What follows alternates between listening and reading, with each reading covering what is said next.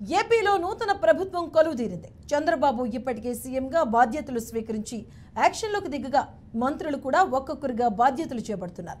ఇక ఈ క్రమంలోనే ఐటీ, కమ్యూనికేషన్స్, విద్యాశాఖ మంత్రిగా నియమితులైన నారా లోకేష్ సైతం పని మొదలు పెట్టారు. విద్యాశాఖపై మంత్రి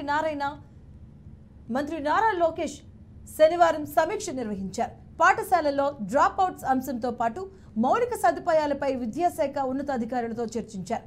అలాగే ఇంటర్మీడియట్ చదువుతున్న విద్యార్థులకు జూలై 15 నాటికల్లా పాఠ్యపుస్తకాలు అందజేయాలని నారా లోకేష్ నిర్ణయించారు. ఇక ఈ నిర్ణయానికి అనుగుణంగా అప్పటికల్లా విద్యార్థులకు పుస్తకాలు అందేలా చర్యలు తీసుకోవాలని అధికారులను ఆదేశించారు.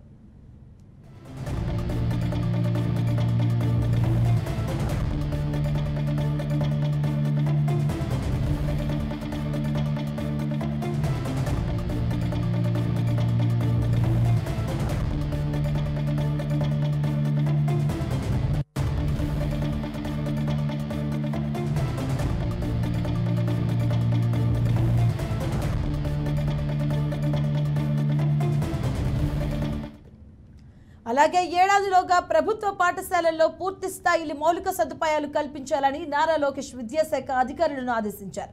ఇక కొత్తగా చేపట్టాల్సిన పనులతో పాటుగా స్కూళ్లలో అర్ధాంతరంగా నిలిచిపోయినటువంటి పనులను ఏడాదిలోపు పూర్తి చేయాలని అధికారులకు స్పష్టం చేశారు. ఇక మధ్యాహ్న భోజనం నాణ్యత పైన ఆరా తీసిన నారా లోకేష్ రుచి, నాణ్యత సంబంధించి తీసుకోవాల్సిన చర్యలపై సమగ్ర నివేదిక ఇవ్వాలంటూ ఆదేశించారు. పాఠశాలల్లో పారిశుద్ధ్య నిర్వహణపై అధ్యయనం చేయాలని అధికారులకు మంత్రి నారా లోకేష్ సూచించారు. రైట్, ఇదే అంశానికి సంబంధించినటువంటి పూర్తి అప్డేట్స్ మా అమరావతి బ్యూరో చీఫ్ ఏడుకొండలు అందిస్తారు. ఏడుకొండలు.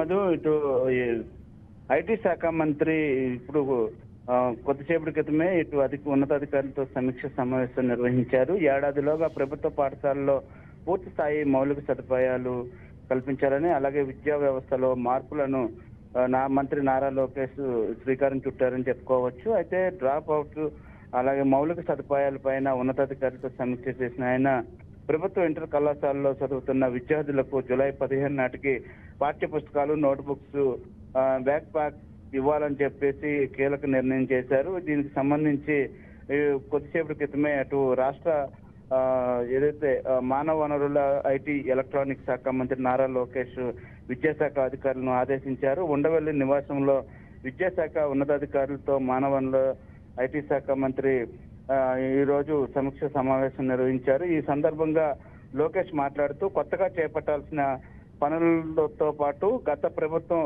హయాంలో అర్థాంతరంగా నిలిచిపోయినటువంటి ఫేజ్ 2 పనులను, ఫేజ్ 3 పనులని ఏడాదిలోగా పూర్తి చేయాలని ఆదేశాలు జారీ చేశారు. ప్రభుత్వ పాఠశాలలో విద్యార్థులకు అందిస్తున్న మధ్యాహ్న భోజనం నాణ్యత విషయం పైన అధికారులను ఆరా తీశారు. మధ్యాహ్నం భోజనం రుచిగా, నాణ్యతతో ఉండేందుకు తీసుకోవాల్సినటువంటి చర్యలపైన సమగ్ర నివేదిక ఇవ్వాల్సిందిగా మధ్యాహ్న భోజన పథకం డైరెక్టర్ అంబేద్కర్ కు లోకేష్ సూచించారు. అయితే పాఠశాల నిర్వహణ సంబంధించి ఢిల్లీ ప్రభుత్వం అనుసరిస్తున్నటువంటి విధానాలను, ఇతర రాష్ట్రాల్లోని స్కూల్స్ శానిటేషన్ సంబంధించిన విధానాలను అధ్యయనం చేయాలని అధికారులను ఆదేశించారు. ఇందుకు తగ్గట్టుగా అవసరమైతే ఆయా రాష్ట్రాలకు వెళ్లి అక్కడ ఒక్కసారి పరిశీలన చేసి రావాలంటూ కూడా ఆదేశాలు జారీ చేసినటువంటి పరిస్థితి. గత 5 ఏళ్లలో ప్రభుత్వ పాఠశాలల నుంచి ప్రైవేటు పాఠశాలలకు మారిన విద్యార్థుల సంఖ్య ఎంత ఉన్నదనే దాని మీద ఇప్పుడు పూర్తిగా లెక్కలు తీయాలని కూడా చెప్పినటువంటి పరిస్థితి. అందుకు గల కారణాలను విశ్లేషించాలని, సమగ్ర నివేదిక ఇవ్వాలంటూ కూడా సమగ్ర శిక్ష ఎస్పీని ఆయన ఆదేశించినటువంటి పరిస్థితి. బడిలో చేరే మధ్యలో మానేసినటువంటి జనరల్ డాక్టర్ కూడా వివరాలు సేకరించాలని, అయితే పూర్తిగా ప్రభుత్వ పాఠశాలల్లో నిర్వహణకు వైఫల్యాలకి గల కారణాలు ఏంటి, గత ప్రభుత్వంలో ఎందుకని ఇట్లా వైఫల్యాలు చెందారు, నాడు నేడు అంటూ కూడా కోట్లాది రూపాయలు వెచ్చించినప్పటికీ కూడా ప్రభుత్వ పాఠశాలలో ఎందుకు విద్యార్థులు చదువుకోవట్లేదు అనే దాని మీద కూడా పూర్తి స్థాయిలో ఫోకస్ పెట్టాలంటూ కూడా ఇప్పుడు సూచించినటువంటి పరిస్థితి. అయితే ప్రస్తుతానికి ఆగమేఘాల మీద అధికారులు అర్జెంటుగా ఈ యొక్క గత సంవత్సరంలో ఉన్నటువంటి సమస్యలు, అలాగే గత ప్రభుత్వంలో ఏర్పడినటువంటి ఇబ్బందులను కూడా తక్షణమే అధ్యయనం చేసి నివేదిక ఇవ్వాలంటూ కూడా విద్యాశాఖను ఆదేశించారు Nara Lokesh. Right, thank you Yedukondalu.